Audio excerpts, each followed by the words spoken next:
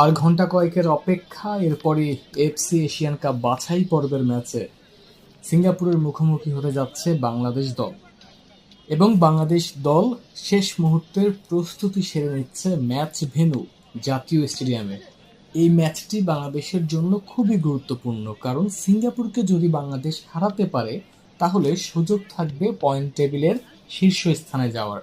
সেই সুযোগটা নিঃসন্দেহে হাতছাড়া করতে চাইছে না হাবিয়ের কাবেরা শিষ্যরা।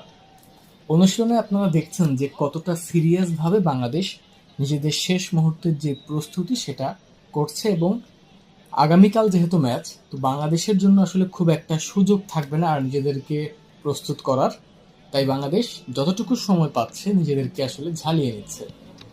আরেকটা তথ্য আপনাদেরকে জানাতে চাই যে হামজা চৌধুরী থেকে শুরু করে সমিত সোম, ফাহমিদুল তিনজনই আগামীকালকের শুরুর যে একাদশ সে একাদশে থাকতে যাচ্ছেন। তাহলে বাদ পড়ছেন কে? আমাদের কাছে তথ্য রয়েছে জামাল ভুঁইয়া, যিনি বাংলাদেশ ফুটবল দলের অধিনায়ক, তিনি এই ম্যাচটাতে সুযোগ পাচ্ছেন না। ঠিক তার পরিবর্তে সমিত সোম, তার অভিষেক হতে যাচ্ছে এবং সেই ম্যাচটাতে আসলে তিনি খেলতে যাবেন।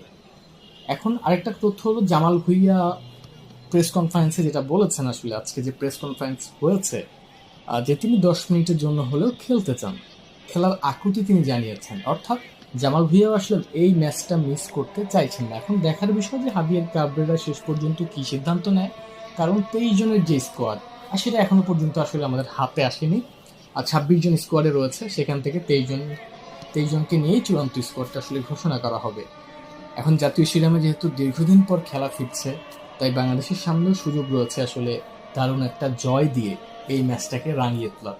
দর্শকরাও সেই অপেক্ষায় বসে রয়েছে প্রায় 1663 দিন পর। আর জাতীয় স্টেডিয়ামে আবারও কোনো আন্তর্জাতিক ম্যাচ হতে যাচ্ছে। দর্শকরা মুখিয়ে দারুণ একটা ম্যাচ বাংলাদেশ উপহার দিবে। হামজা চৌধুরী, সমিত সোম, ফাহমিদুল, যারা আসলে প্রবাসী ফুটবলার এসেছেন, তারা দারুণ কিছু করবে এবং বাংলাদেশের এই যে জয়যাত্রা সেটা আসলে অব্যাহত থাকবে। এখন দেখার বিষয় হামজারা কি করেন, আর সেই অপেক্ষায় রয়েছে সবাই। আপনাদের মতো আমরা অপেক্ষায়।